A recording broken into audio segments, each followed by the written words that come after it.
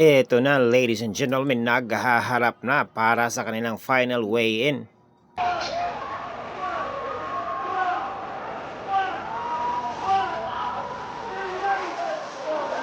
Napakaganado naman ang champion, Teo Lopez.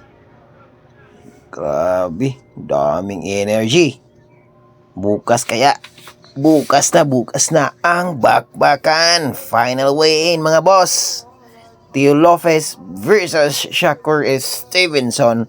Baka magtatakbo na naman itong si Stevenson bukas mga idol. 38.6 pounds for the undefeated challenger, Shakur Stevenson.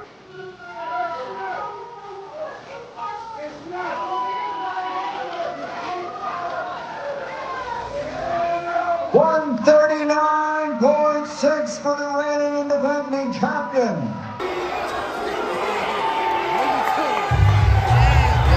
Challenger champion, Shakur Stevenson, a two-time world champion.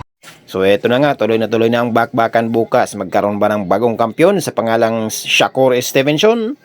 Or mananatili kay Teo ang kanyang belt?